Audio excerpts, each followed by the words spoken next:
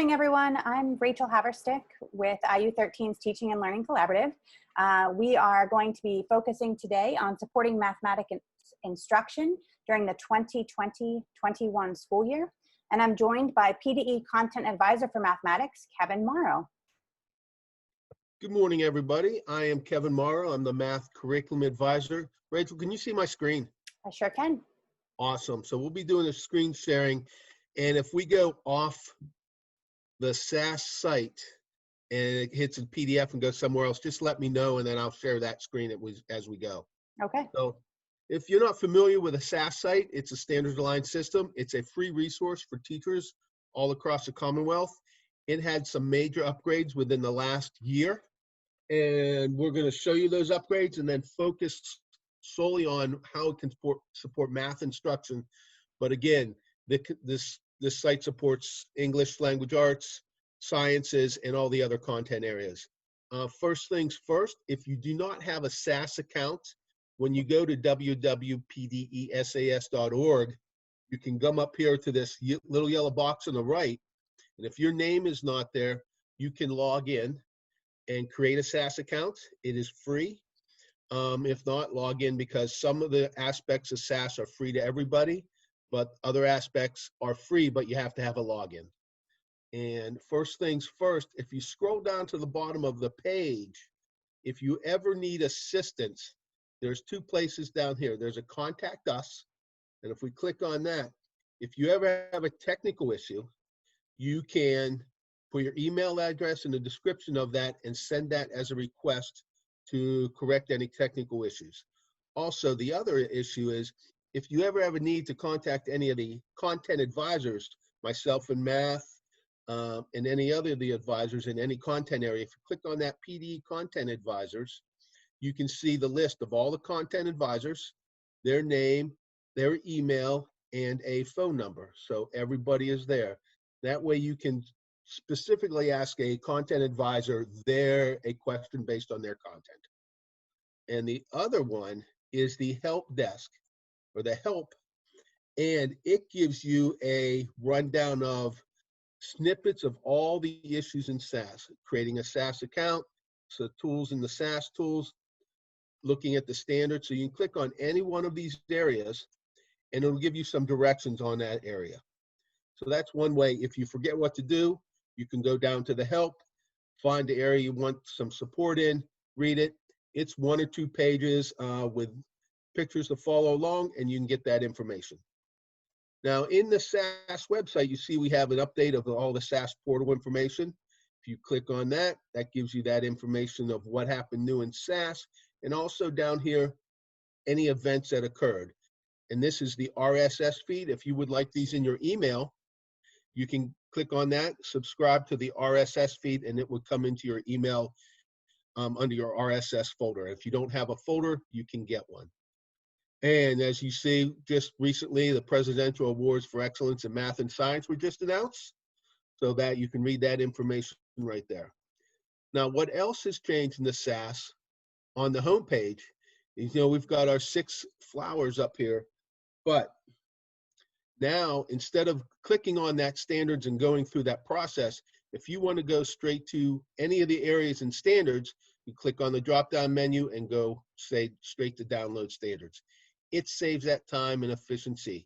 So we have the standards, we have assessment, curriculum framework, instruction, materials and resources, and safe and supportive schools. So we're going to go through each one of these with a mathematics focus. But again, you can share this with any content area and it will be there. So if we look on standards, not much has changed as information is in there. You can download the standards, you can search the standards, that is all there. But what has changed is the process. So if we click on search the standards, the search function in SAS is completely different. Hopefully it's a little bit more easier than what it was.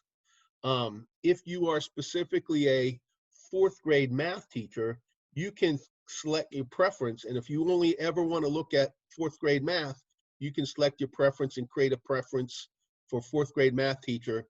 And then that information will automatically populate when you say search standards. So what we can do is we can search the standards by, if you know a standard, you can click on it. or we can come down to this left bar and really clear what we want in standards. So we're going to go down to 4th grade. Once you click 4th grade, all 4th grade standards come up. We can narrow it down even more, and we're going to take it down to mathematics. So now we have all the 4th grade mathematics standards. So if we look at this, and we'll just focus on this first one right here, under that standard, there are 4 eligible content and 2 alternate eligible content. The alternate eligible content are for the PASA. They're not for the regular ed classroom teacher to use and say, I want to do these standards instead. We want to focus on just the eligible content. So if we click on that, you can see the assessment anchor and all of the eligible content.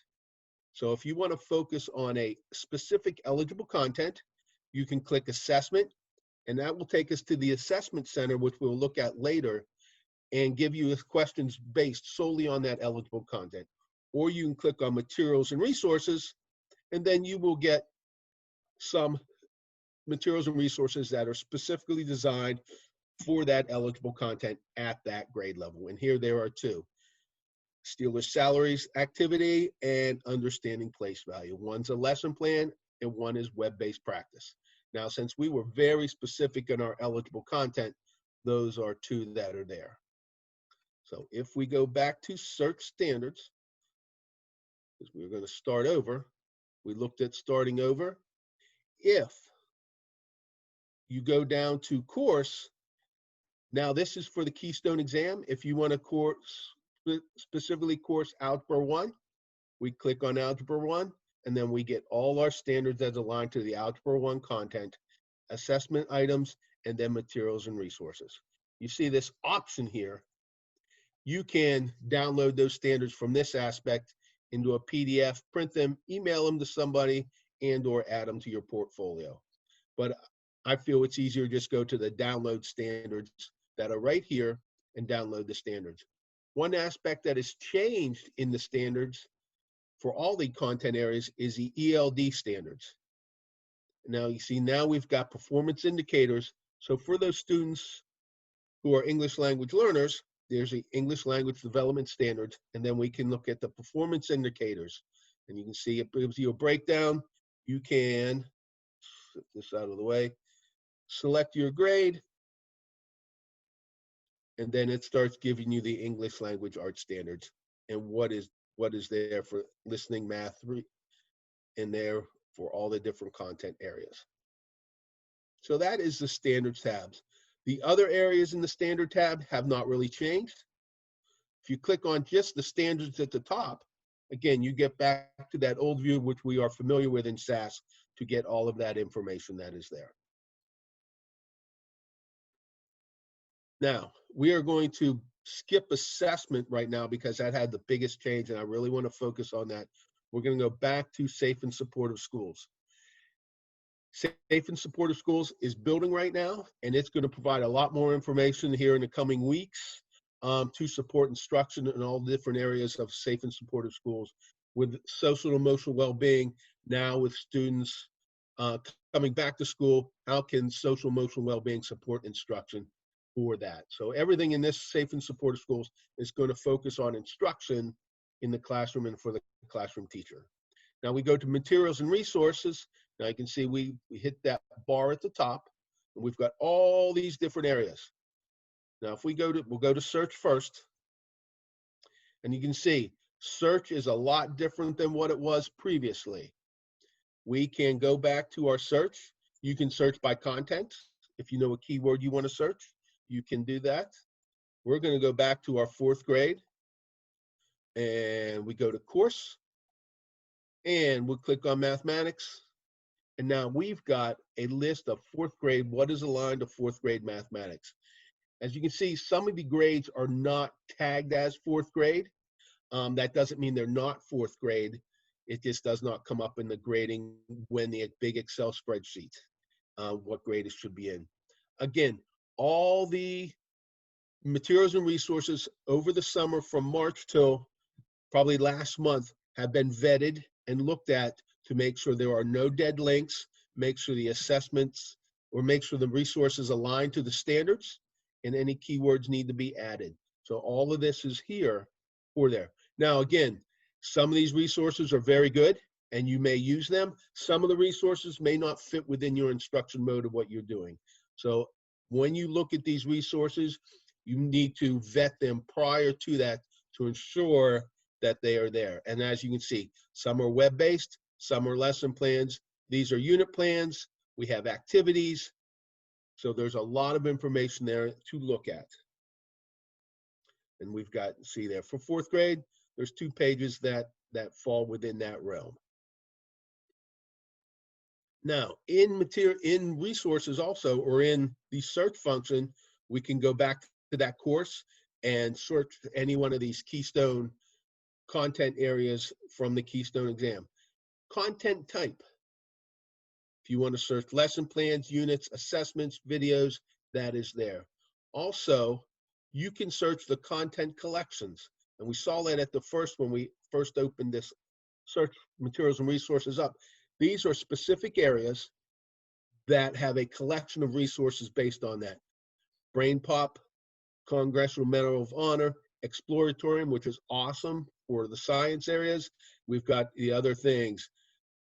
MITE, Monterey Institute is high mathematics, Math Open Resources. There's a lot of information here. Starfall, there's a lot of information here in these contents. Showdoor is another good math one. So there's a lot of information that is there. And also toolkits. Now these toolkits can help as you go forward in different content areas besides mathematics. But if you want to look at an AP toolkit, it is there. Let's go back. We'll go back to materials and resources. So if you click back to that main page, here we went back to all materials and resources. Click on again. Since we do not have a preference, our content collections also comes up on the main page. So if you want to look at any one of these, and we will look at Hippocampus. Again, this is a math video site to support instruction and give students practice. You can see Hippocampus is here with all the resources based solely on Hippocampus. And Hippocampus is more web-based resource. And you see there's 27 of them in here at all different grade levels. When you click on that content collections, it gives you all the information on there. So if we click on any one of these, this is a web-based resource. We will go to algebra, new angle, when and why. Again, this is what that resource will look like. It will give you the standards, any big ideas, concepts, and competencies that are aligned, a description of what happens in the video, and the URL for the resource. So a new angle, anytime, anywhere, or a new angle, why and when. That's the URL for the resource. Then you have a link to Hippocampus if you would like to do it. So that information is right there, and these are all aligned to the standards. Back to materials and resources, we'll go back through this page. There's another area, whether or not you want to use it for math or any other content, the Power Library, and I will tell you, is a great resource. If you're an elementary teacher and you're looking for elementary textbooks, I would look at the Power Library for any content area. But the Power Library is completely free to all students, parents, teachers across the Commonwealth. It gives you the library as a resource, the whole public library for the state of Pennsylvania as an online resource. All you need is a library card. You can get a free library card through this. So the e-library card, you can get this information. If you're having to the kids do any kind of research, you're extending your mathematics to a STEM aspect and they need research, they can go at the high school level and look at the library information in there. It's a safe site. Instead of just Googling anything and who knows what they're going to get, you're going to get information that's in the library. If you need any information about the Power Library, I suggest going to the FAQ, and it will tell you everything you need to know, all the different aspects of the Power Library. How to get an e-resource, you can chat with a librarian, you can get books, you can movies. If you want to get mathematics books for elementary that have a mathematics spin of something supporting your instruction, you can get that, and those books can be online. So they could read them if they're at home doing any online instruction if you're doing a blended model. So it's a great aspect to support instruction across of the content areas. So you can do mathematics along with literacy. So that is the Power Library. I suggest anybody to dive into that and really take a look at it. So, and there's information here about the overview and all that if you want to give a brochure to parents. Back to materials and resources.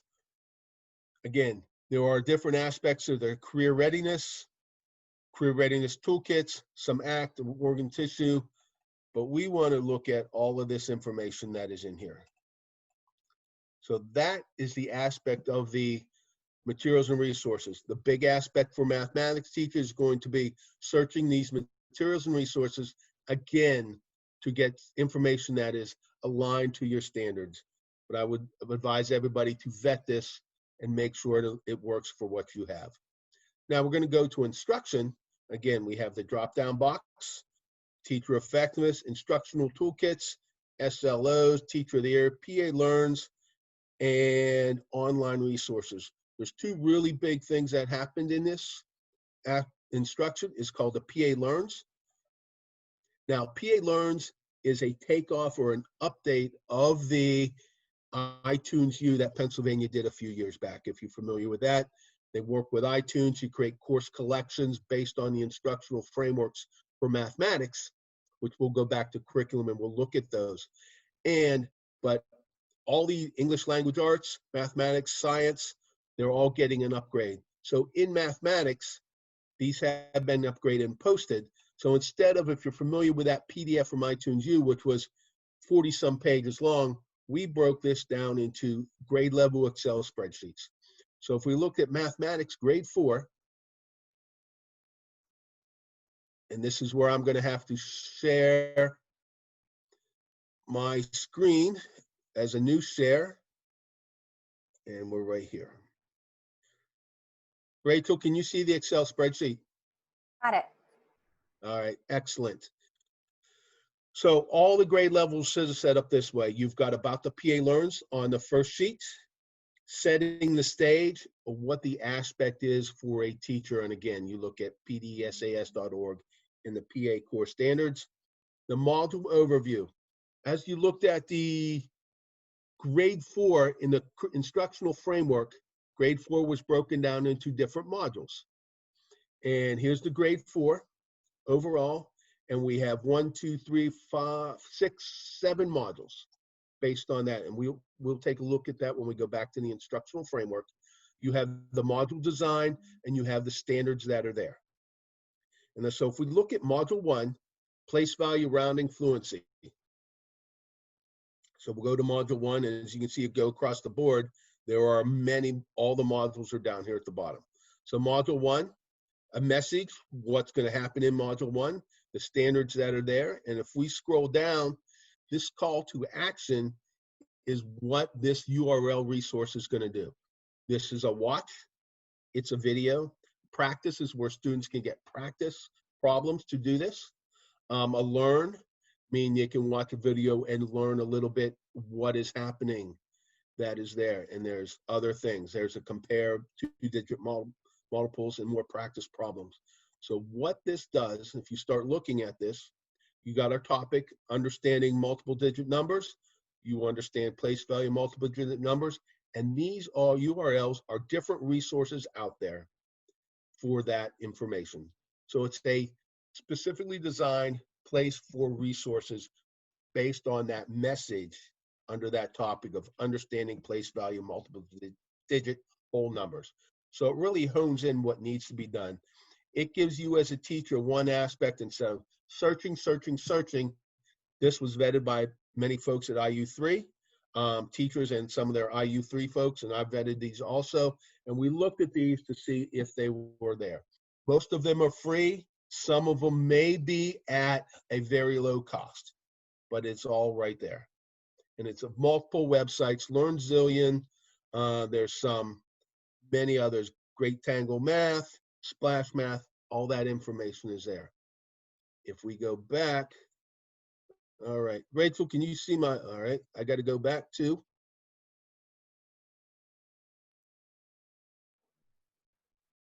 All right, can you see the SAS website again? Yep, we're back at SAS. Awesome. So as you can see, in this PA Learns, We've got kindergarten all the way up to Algebra 1. We're working on Algebra 2 and Algebra 3.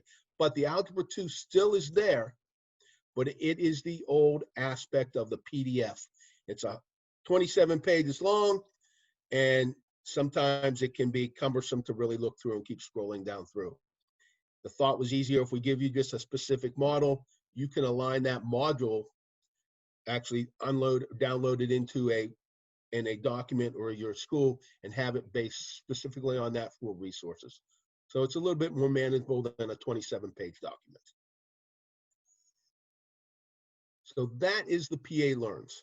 And again, English language arts, science, and some personal finance is going to be there. So we're still back in instruction. The other aspect of instruction that is new is these online resources for instruction.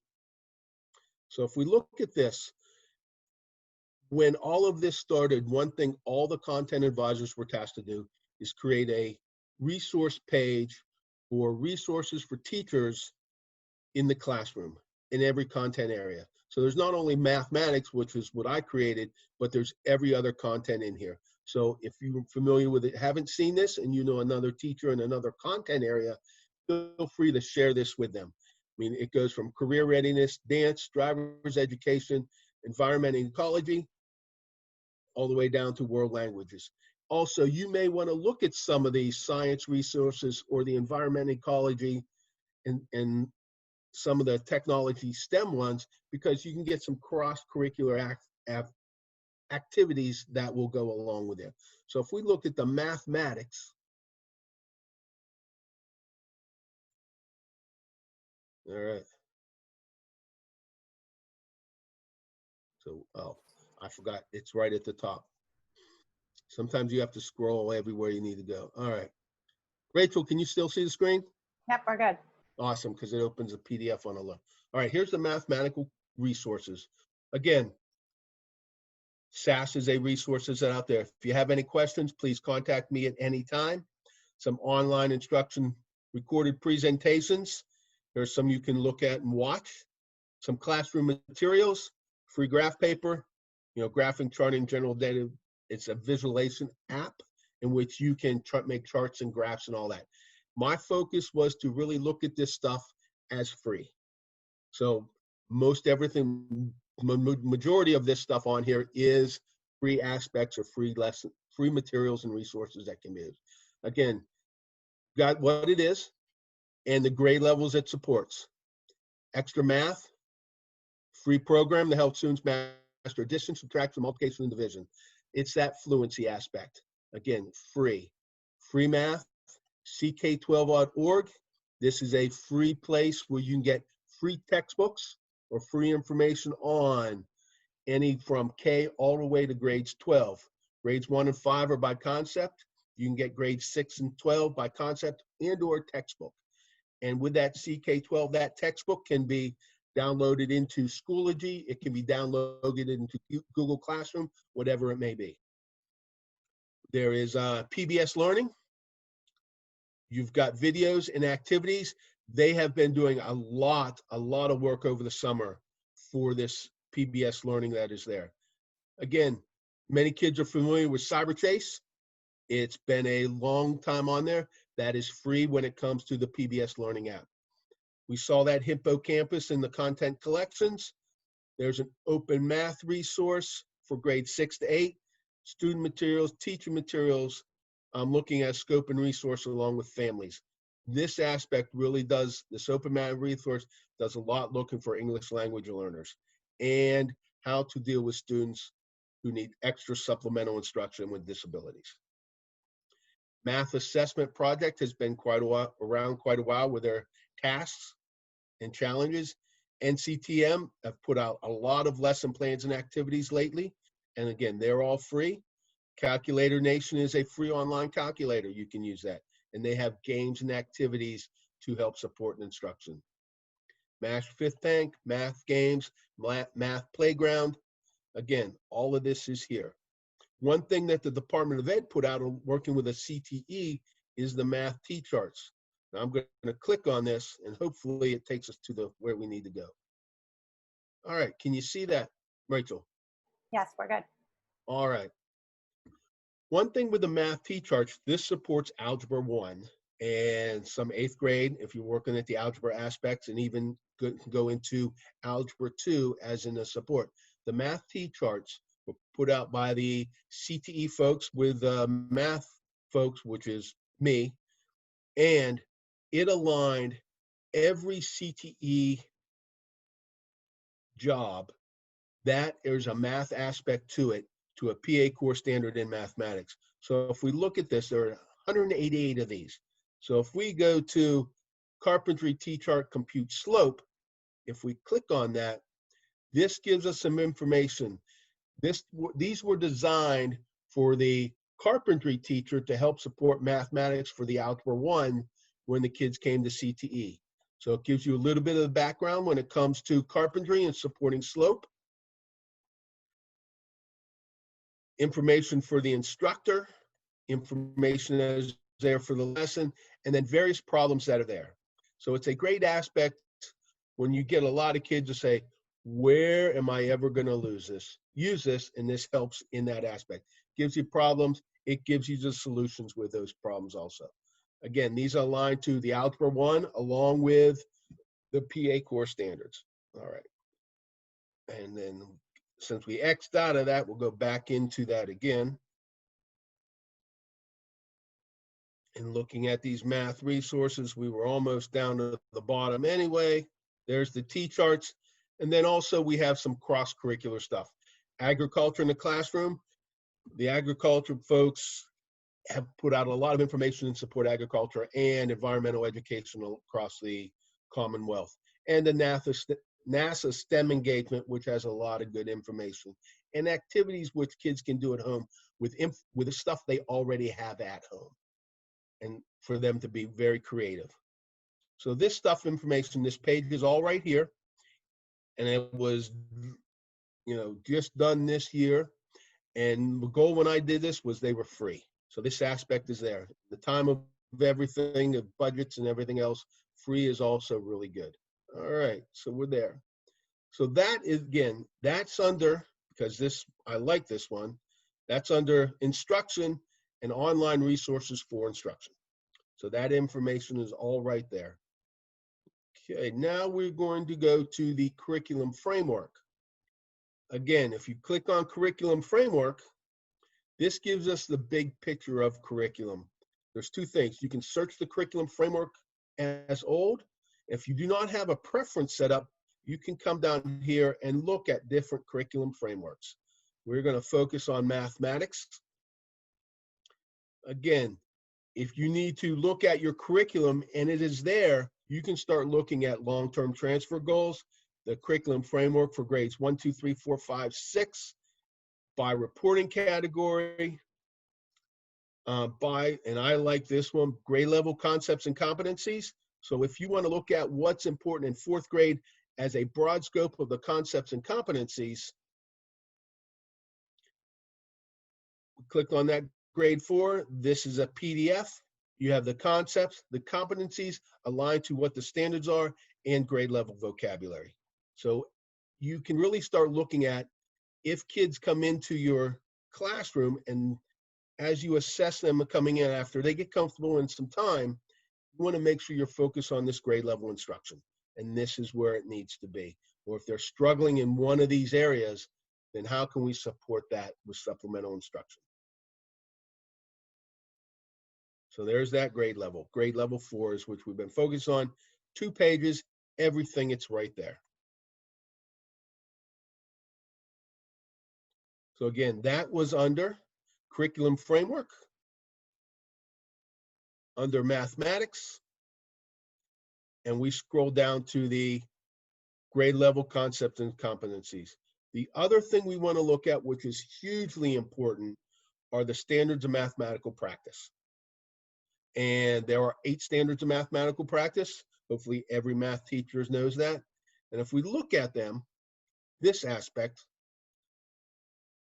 broke it down into 3 areas: reasoning, explaining, modeling and tools, and structure and generalizing. And again, standards of mathematical practice number 1, making sense of problems and persevering in solving them. Huge. We want kids to do that, especially in this time Well, they may be remote and they may not be remote. And in the classroom, what can be done? And this breaks it down to all the 8 standards of mathematical practice, and then by grade level. So there's K1 and 2. And if we keep going down after the 8 for that, we've got 3, 4, 5. So again, no problem for grade 4, making sense of problems and persevering. Know that doing math involves solving problems, discussing how to solve them. That gets back to that math discourse, which we want kids to have. How can they explain their problem? How can they do it effectively with their peers, and knowing that solving problems is difficult and they need to be able to learn from their mistakes. So that perseverance is key to that. Again, if you look at that, does the answer they have made mistake, does it make sense? Huge for mathematics. Because does the answer they've done their calculations, and just because they do their calculations on a calculator doesn't make it right. They need to look at that and decide whether or not that answer makes sense. It's very easy to hit a wrong button on a calculator. So all that information is there by grade level. Again, as we start looking at instruction, these are things to ask. And here's the other aspect of that. These are open-ended questions. Does your answer make sense, and why? As you look at virtual learning, one aspect that struggles in virtual learning is the assessment piece of that. Because if you give students DOK level 1 questions consistently, you don't know if they're doing the problem. They're going to photomath.com or Google and just typing in the problem and getting the answer. When you start asking open-ended questions, you may have a little bit more assurance of, are the kids doing the problem, and can they have that discussion about that problem? So open-ended problems very, very well will get to that aspect of that if they know their understanding. Plus, when students show all their work in an open-ended problem, you can see their mistakes, you can see their thinking, and then you can make the corrections along the way. So again, these ask some very important questions in there, for any of this, and are there different ways to solve a problem? So that's the standards of mathematical practice by grade level. And again, that was in the curriculum framework all the way down at the bottom. If we go back to curriculum framework, if you clicked on that, we've got all this information here. If you need to start building curriculum maps, you can look at this and build a map template. Also in mathematics, when there are the instructional frameworks. Now, the instructional frameworks were designed to help support the PA core standards. Working with many teachers across the Commonwealth, what they did is they took each grade level, broke it down into an overall aspect of what does grade 4 look like, broke it into modules, which we saw that grade 4 modules, and then broke the modules down into what they like, what is needed based on the concept competencies and some instruction. So if we look at that, we're going to scroll down to, there's geometry. We'll look at one of the modules that are here. So if we look at grade 4 module 1, which we looked at in that PA Learns, grade 4-1, there is grade module 1, math, grade 4. There was a suggestion when the teachers looked at this, they wanted to do the 5 weeks they said this would take. There's a grade level summary, which follows the PA Learns. Here are all the different modules, module title, the overview. There's the objectives within the module. And again, it always references the standards of mathematical practice, the standards that are there. One thing I like about this in these modules, it gives you misconceptions with proper conceptions. What students may be doing wrong and a way to make that proper conception, what they need to do to correct it. So that's all that. Concept competencies, which follows that grade level concept competencies document, which we looked at. There's an assessment from the assessment builder in here. And then some instructional strategies. Again, these are just strategies, and this is the overall module of 5 weeks. It does not go down into specific lessons. It just gives you an overarching view of what can be done at that grade level. some differentiation with the L's, mathematics overlays, some additional resources that are out there. And again, this was developed by educators across the Commonwealth. It's just another resource to look at. When we start looking at this document and all these modules, a good aspect to look at that is the modules by grade level document. And here you can see this is a good scope and sequence for modules from pre-K all the way up to Algebra 1 Geometry. It gives you the module title, what it is there, and the module number, and it also gives you the reporting category it's aligned to. So if we look at grade 1, again, there's the reporting categories by Keller. Number and operations for grade 1 is huge, so we want to get that good solid foundation. So all that aspect is right there. So that's a quick overview of the instructional frameworks. If you need a deeper dive into that, email me and we can get a deeper dive into all that information that is there. So that's the curriculum framework. We'll click back, and that's all the information within there. Again, looking at the framework and the instructional frameworks are supporting that math teacher. Now, back to the big one, assessment.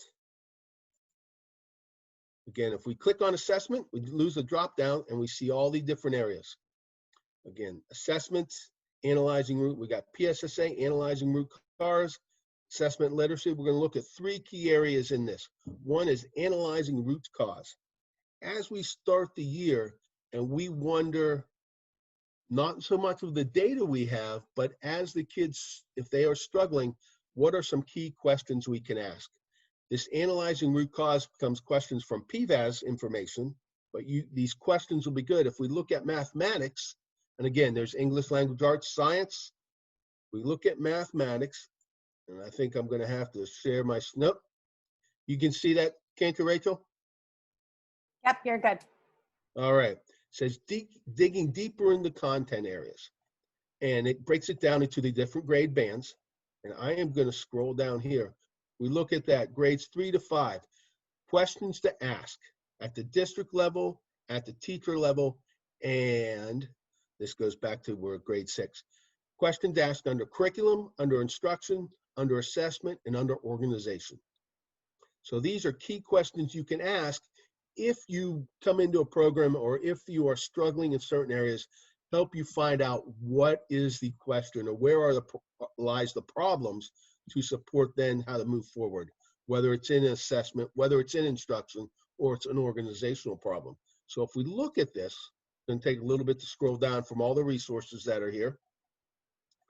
So if we look at curriculum, there we go. Is the grade 3 to 5 written curriculum tightly aligned to the PA core standards? Can you answer that question and all these questions? You know, if you don't have some of these, maybe that's something a district needs to work on for their curriculum. Again, the emphasis guides in written curriculum, the concepts and competencies, is it there? Does a written curriculum connect to concepts and skills that are there? Yes or no? Again, what is the aspect of the curriculum? If we start looking down, if we look at instruction, do all students receive instruction on grade level?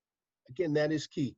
As we move forward, research has dictated, even though there's going to be what's called that COVID slide, in addition to the summer slide that's been extended, we want to ensure we start the school year on grade level and then provide those supports along the way as the students need them. We don't want to create a larger gap by starting in a lower grade level at the beginning of the year and not getting to the information need. Research has said that we need to look at starting the school year as if nothing has changed instructionally and providing that information. Now, kids are going to be at many, many different levels, and that's where all these resources come to support that. Because you have kids who have worked probably really hard at the end of the school year and over the summer and are on grade level. Some may be past grade level. Others may be a little bit further behind. So how do we find that information that is there? So looking at the curriculum and looking at instruction are going to be a key aspect of that and what resources are available for you as a teacher and as a district. Again, these are instruction questions, and it even boils down to looking at assessment questions. You know, is there an assessment map? Do you have formative and summative assessments in place? Do you have common assessments? You know, how are you assessing your kids? And again, looking at that data so you can help those students further along if they are struggling in the assessments. One thing is teaching virtual or teaching in that blended, how can you get good quality assessments for students based on the standards and eligible content? So all these questions in there is you come up and you can look at that. And that focuses solely on mathematics. And that was under assessment, analyzing root cause. The other aspect we're going to look at is a classroom diagnostic tool. Again, the classroom diagnostic tool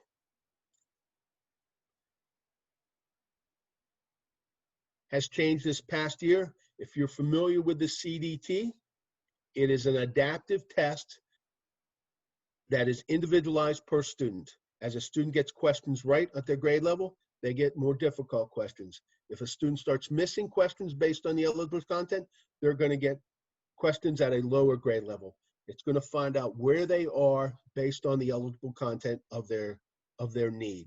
The other aspect of the CDT, it used to be one test, all reporting categories at one time. It was overwhelming for kids. It took 2.5, 3 hours for some students. Now you can test solely on the reporting category. So if you want to test algebra concepts and only algebra concepts, because that was a big part of your curriculum that's coming up, either a pre-test and a post-test or both, you can do just a sole test based on the algebra concepts and the eligible content in there. It takes a student's 30 to 45 minutes. It is very precise, 18 to 24 questions, that is all. So it only takes one time. Now the aspect also too, they're looking at making sure students and teachers in schools give the CDT at home. Now, it's not going to be maybe as controlled environment as a non-CDT in the classroom, but again, it's something you can give the students at home to work on if you wish. And the great thing about the CDT, it is aligned solely to the eligible content and give you reports based on the eligible content that is there. So it's very specific in the need of the classroom. That's the CDT. Under assessment, we'll wrap up with the assessment center. This is the biggest change in SAS. There's three areas. You got the build assessment, that was there before. You have the My Assessment, that was there before. Two areas, create an assessment and check for understanding. These are new. You can go in SAS and build your own assessment questions and keep them in the assessment builder and your My Assessment folder. So now you can create your own questions. And a check for understanding, this is a new feature. You can create an assessment, and what it does, it creates a URL. You can send it out to the kids or your students, and the students do that either on an iPad, on their phone, on a laptop, whatever it may be, as a check for understanding, and they can answer questions. Not only can you answer the questions via multiple choice, you can do open-ended questions. Excuse me. So we're going to look at the build assessment. Again, the whole search function has changed completely. If we look at our search in our question bank, you have the PDE questions, which have always been there. All the item samplers are in the question bank, along with many created new questions. Then you can also search your My Created Questions. As you create questions, they become questions in your question bank. So we're going to go back to our 4th grade, and we can click on Subject, and it will be mathematics. And again, if you want to change the assessment type, the assessment feature, you can click on Standards. So we want to go to a specific standard. If we click on that, and then we can even scroll down to, here is our eligible content, and this is the alternate eligible content if you want that. We're going to click off those, and we're going to go just these two eligible concepts. So now we've got a bunch of questions. Just like before, this is a 2018 item sampler question. we are going to add this to our assessment. We're going to do this rather quickly. 3 questions. Now, you click on View My Assessment. You get a student version, a teacher version, and an answer key. Just if you're familiar with it, it is before. Now, your options, you can add, if you want to go back and add questions, you can. You can save it to My Understanding. We're going to look at that check for understanding and the other things, export it to a PDF, a Word, which we've done before in the past. If we save this assessment, we're going to do math.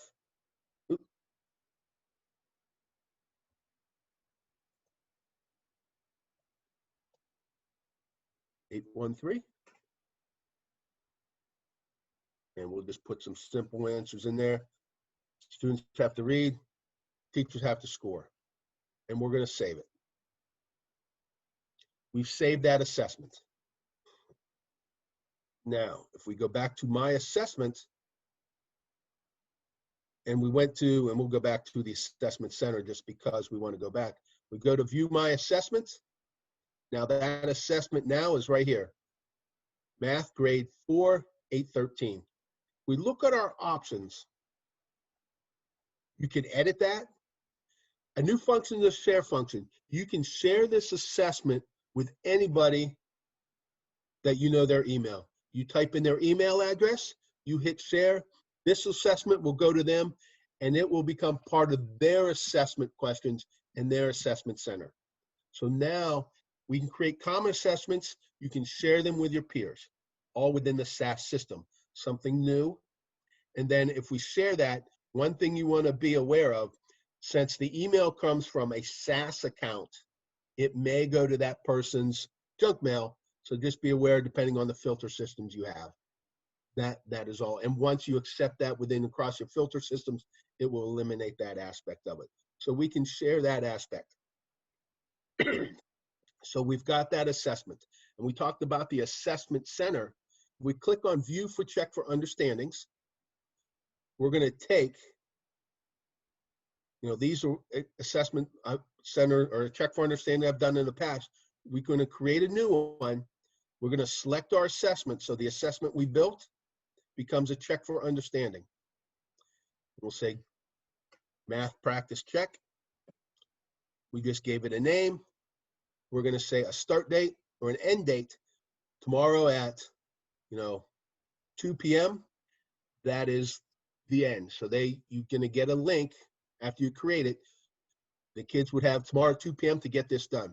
Also, in this display for check for understandings, on all the multiple choice questions, if you click this yes, students will be able to see their response, whether they got the question right or whether they got the question wrong. And that's only for the multiple choice. You cannot do it for the open-ended. So we could get there. And now we've got our check for understanding, math practice right here. You get a link. And now you can copy that link and then send that out however you want your LMS. You can send it out Vmail. You can put it in through Google, however your school works that. But now you've got a link that they can get that.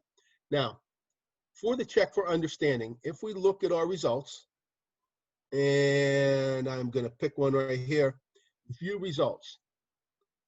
At this time, it only gives you classroom data. If you give it to all the students, here we gave it to 3 people. There were 6 questions in the assignments. It does not get down to individual data yet. We wanted to get this out, so it gives you classroom data as a good summative assessment for everybody, or a formative assessment. Again, it's a check for understanding. So as you can see, here's question 1, multiple choice, who answered it, and then how many people got it right.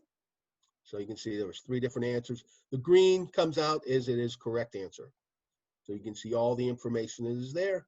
Again, you can see 2 kids got that right. So it gives you an overall feel of what happened in the classroom. All right, we're going to go back to the assessment center and the create an assessment.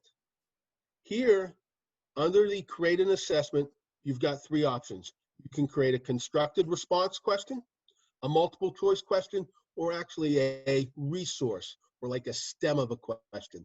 If you want to put a graph in, a chart in, you know, a big diagram in, and put a bunch of questions for that diagram, this becomes your resource, and then you can put questions off that resource. So actually you could build a resource, make many questions off that, and then when you give build an assessment, maybe only pick 1 or 2 of those questions, or 3 or 4. This is your question bank. Now, one thing you want to keep in mind, if you're going to build and create assessments, naming conventions are going to be important, because if you just say math question number 1, you're going to find it, you may not know what it's for. So we want to look at maybe subject, grade, standard eligible content.